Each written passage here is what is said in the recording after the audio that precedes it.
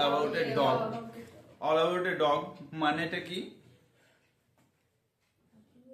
একটা কুকুরের ব্যাপারে সমস্ত কিছু। এই যে পুরো ঘটনাটা, পুরো যে একটা আমাদের স্টোরিটা পুরোটা রিভলভ হচ্ছে কিসের উপরে? একটা কুকুরকে নিয়ে। কিছু মানুষ আছে খুব অসটা আছে, ঠিক আছে, দেখবি মানে লোকের সুখ দেখতে লাগে, ঠিক আছে। তো সেই রকম একটা লোক হচ্ছে আমাদের এই গল্পে একজন কন্ডাক্টর আছে। সে দেখতে পাচ্ছে না যে প্যাসেঞ্জাররা এসে পরে বাসের সিটে এসে পরে জুত করে বসছে আর আমি ঠান্ডায় কাঁপছি, ওর খুব অসটা হয়।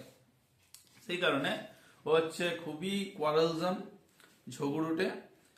যখন সুযোগ পায়, যখনই একটা অপরচুনিটি পায়, সুযোগ কিন্তু ও কাজে লাগায়, একদম 100% প্রপার ইউজ করেই ছাড়ে ও। তো এই গল্পে একটা ঠান্ডা শীতকালের রাত, সময়টা কি? শীতকাল, রাত্রিবেলা বাস আসছে।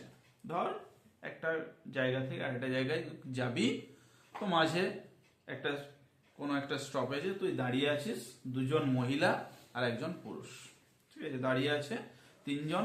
সেখানে বাসটা দাঁড়ালো, তারপর তিনজন মিলে চাপলো।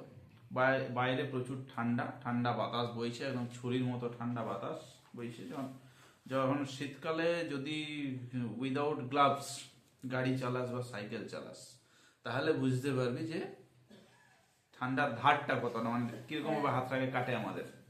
ঠিক আছে, তখন মনে হবে হাতগুলো যেন প্যারালাইজড হয়ে গেছে, ঠিক আছে, হাতের মানে মানে ইউজলেস হয়ে পড়ে হাতগুলো আমাদের। তো সেই রকমই একটা ঠান্ডা রাত্রে বাসটা থামলো। থামার পর কজন চাপলো? তিনজন। তাদের মধ্যে কে কে ছিল?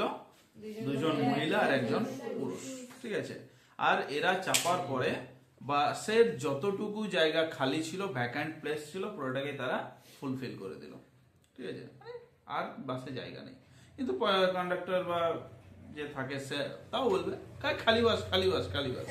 কিন্তু ঢুকে পরে দেখবে একটা মাসি ঢুকার জায়গা নেই, তাও ও ঠিক ঢুকাই দেবে, ঠিক আছে। ওটা প্যাসেঞ্জার মানে যারা বাসের কন্ডাক্টর থাকে তাদের ওটা একটা মানে বৈশিষ্ট্য, তারা বাসটাকে খালি দেখতে পায়, ঠিক আছে। তো সেখানে তারা চাপলো। যে ইয়াঙ্গার লেডিটা ছিল, দুজন লেডি ছিল আর একজন ম্যান ছিল। তো সেখানে যে ইয়াঙ্গার লেডিটা ছিল, মানে ছোট যে ছিল, তার কাছে একটা পিকিনিজ ডগ ছিল। যখন এই গল্পটা আমি ওই টিউশনে বলছি, তখন প্রীতি বলছে আমি একজন, আর ইপসিতে বলছে আমি কুকুর ছানাটা। বলি একটু অন্তত সেন্সটাকে কাজে লাগা, ঠিক আছে। বলছে আমি কুকুর ছানাটা, ঠিক আছে। তো মানে এতটাই ও মেন্টাল যাকে বলে, কোনো কিছু ভেবে বলে না কথাগুলো, ঠিক আছে। তো সেখানে কি হলো, ওরা চাপলো, চেপে পরে বসলো, যতটুকু জায়গা খালি ছিল ভর্তি করে দিল। তারপর কন্ডাক্টর ভাড়া নিতে এলো।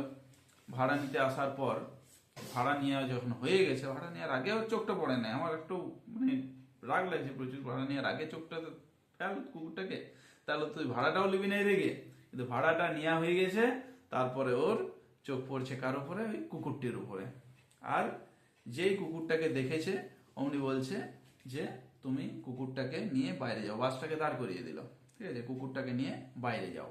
ও বলছে না, যাব না, আপনি চাইলে আমার নাম অ্যাড্রেস নিয়ে নিতে পারেন। কারণ লেডিটা প্রস্তুত ছিল, সি ওয়াজ প্রিপেয়ার, কারণ সে জানতো যে তাকে এরকম একটা প্রশ্নের মুখোমুখি হতে হবে। কারণ কোনো একটা বাসে বা কোনো একটা গাড়িতে কোনো একটা অ্যানিমালকে কিন্তু কেউ অ্যাকসেপ্ট করতে চাইবে না সহজে। সেখানে ধর একটা কুকুর বটে, বাই চান্স কোনো রকম কামড়ে টামড়ে দিলে সেটা আবার বাসের মালিকের দোষ হবে, ঠিক আছে, যে তুমি চাপিয়েছো কেন বাসের মধ্যে এটাকে। ধর কেউ সাপ নিয়ে যাচ্ছে, কামড়াই দিল। কুকুরটা না হয় একটা বেশ কিউট কিউট ডগ ছিল, একটা পিকিনিজ ডগ, মানে হচ্ছে সেই ব্রড ফেস, একটা চওড়া মুখওয়ালা, লোমস প্রচুর, ঠিক আছে, লং ফার থাকে যেগুলো, মানে লম্বা লম্বা লোম থাকে, সেগুলোকে বলা হচ্ছে পিকিনিজ ডগ। ডগের অনেক ভ্যারাইটিস থাকে, তার মধ্যে এটা হচ্ছে একটা। তো সেটাকে দেখে পরে বলছে তোমাকে কুকুরটা নিয়ে বাইরে যেতে হবে। ওই ওই যে ডাবল ডেকার বাস ছিল ওটা একটা, ওই ওপরে যে ওপেন আনকভার্ড টপ ছিল, মানে খোলা ছাদ, সেই খোলা ছাদে যে বলছে ওখানে চলে যাও। আচ্ছা, এত ঠান্ডায় আমি তো যাবো নাই, বুঝছে, এই ঠান্ডায় গেলে পরে আমি নিউমোনিয়া হয়ে মরে যাব, ঠিক আছে। তো সে কিন্তু কিছুতেই যেতে চাইছে না। তাহলে সে কি করলো, বাসটাকে থামিয়ে দিল, যতক্ষণ না যাবে ততক্ষণ বাস যাবে না, ঠিক আছে। সবাই বিরক্ত হচ্ছে, ঠিক আছে। শেষ পর্যন্ত ও রাজি হলো।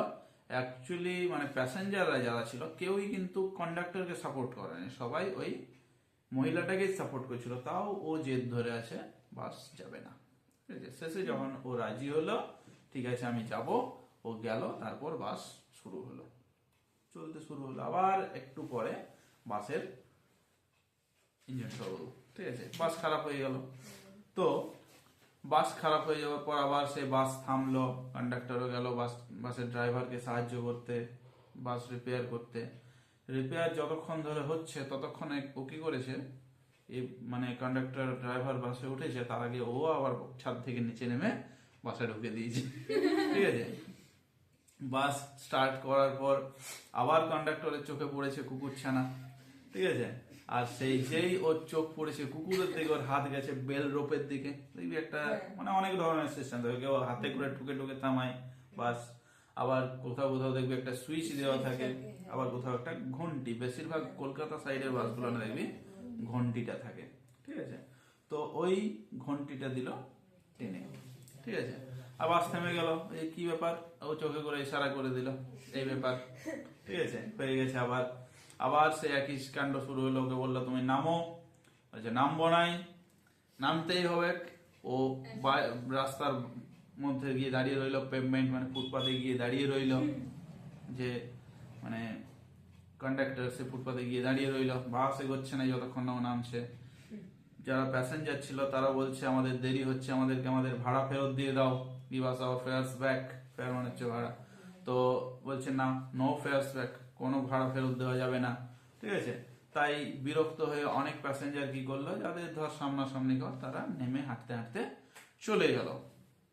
আবার সেই লাইনে সেই সময় যে লাস্ট বাস ছিল সেটা তাদের সামনে দিয়ে পেরিয়ে গেল, তারা অনেকে থামানোর চেষ্টা করলো, কিন্তু বাসটা থামলো না। হয়তো বাসটা ফুল হয়েছিল, যে কারণে বাসটা থামলো না, ঠিক আছে। তারপর সেই একই রকম চলতে চলতে ও আবার রাজি হলো, আবার ছাদকে গেল, ঠিক আছে, দিয়ে বাসটা চলতে শুরু করলো। এইভাবে আস্তে আস্তে বাসটা যখন শেষের দিকে, প্রায় বাস যখন সম্পূর্ণ খালি, কেবলমাত্র আমাদের ন্যারেটর আছে, ঠিক আছে। তো সেই ন্যারেটর যখন একাই আছে, তখন কন্ডাক্টর দেখছে আমি তো অনেক কিছু করলাম, এবার আমার মহান যে আমার কৃতিত্ব সেটাকে আমাকে দেখাতে হবে কারোর কাছে। তাই সে বলতে পারছে যে আমি তো কিছু ভুল করি নাই, একটা তো রুল আছে বাসের, যেটা তোমাকে মেনে চলতে হবে। তখন আমাদের ন্যারেটর বলছে যে রুল আছে ঠিকই, কিন্তু নানান রুলস আছে, কিছু আছে সফট রুলস, কিছু আছে হার্ড রুলস। যেগুলো হার্ড রুলস সেগুলো আমাকে মানতে হবে। যদি ধর ট্রাফিক রুলস আমি না মানি, তাহলে কি হবে, দোড়াম, ঠিক আছে, বলো হরি হরি বল, বলো হরি হরি বল, ঠিক আছে। ধর রেড সিগন্যালে আছে, আমার খুব তাড়া আছে, আমি যাবো, ভঁ করে এগোয় দিলাম, এদিক থেকে যাবো ভঁ, একদম তাড়াতাড়ি একদম সঙ্গে সঙ্গে পাঠাই দিল, ঠিক আছে, সঙ্গে সঙ্গে পাঠাই দিল। বেলচাতে করে তুললে বড় আমার যদি 65 কিলো আছি, তো হয়তো 55 কিলো পাবো, 10 কিলো রাস্তায় মিশে যাবে, ঠিক আছে। এরকম অবস্থা হতেই পারে। তাই ট্রাফিক রুলস আমাদেরকে অবশ্যই ফলো করতে হবে, এগুলো হচ্ছে হার্ড রুলস।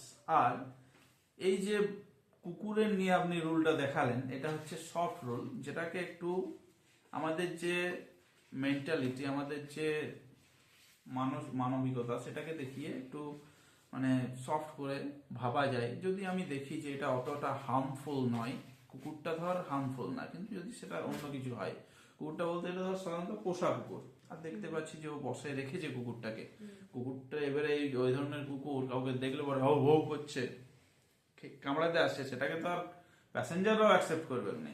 কিন্তু যেটা চুপচাপ আছে সেটাকে বার করার ওরকম ভাবে কষ্ট দেওয়ার কোনো উপায় মানেই হয় না মহিলাটাকে। তো বলছে এগুলো আপনার বোঝা উচিত। তখন সেই ড্রাইভার মানে কন্ডাক্টরটা একটু বুঝলো, এবং যখন ন্যারেটর বাস থেকে নেমে এলো, তখন তাকে ভালোভাবেই তাকে বিদায় জানালো। মনে হলো যেন সে একটু প্যাংস অফ কনসায়েন্স মানে বিবেকের দংশনে ভুগছে, ঠিক আছে, এবং সে একটা ভালো শিক্ষাও পেল।